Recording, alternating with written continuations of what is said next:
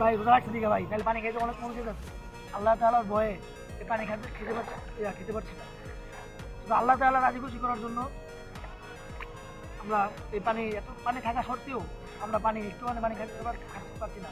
আমাদের ভিতরে কিন্তু শুকিয়ে আসছে।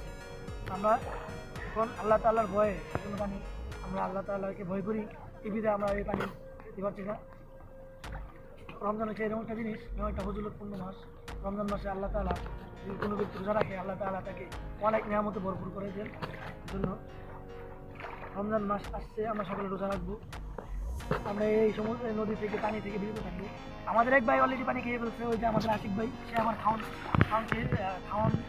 পানি ছাড়া বা খাওয়ান ছাড়া সে বাঁচতে পারে না, সে রোজা রাখতে অনেক কষ্ট হয়। এই জন্য সে আজকে আমাদের সাথে আসছে ঘুরতে। আমরা এখানে তারাইপাড়ায় মানিকগঞ্জ থেকে আমরা এখানে আসছি। যে জায়গার নাম জানি কি, আলিচা ঘাটে আসছি, আলিচা নদীতে আসছি। বিশাল বড় নদী দেখেন ভাই, অনেক দূরে একটা জাহাজ আসতেছে ভাই। এখানে অনেক বাইরের দেশের থেকে এখানে দিয়ে মালামাল আসে। আমরা এখানে আসছি, এখানে পানিটা অনেক সুন্দর ভালো লাগতেছে ভাই, অনেক ভালো লাগতেছে। অনেকদিন পর ভাই নদীতে আসছি গোসল করার জন্য। আমরা এখানে অনেকদিন পর আসছি গোসল করার জন্য। এরকম নদীতে গোসল করাটা অনেক সুন্দর একটা মনের একটা উৎসাহ ব্যাপার। আমরা এখানে আসছি, আমরা যেন সুন্দরভাবে এনজয় করতে পারি জীবনটাকে, লাইফ করতে পারি। এই সঙ্গে আমার জন্য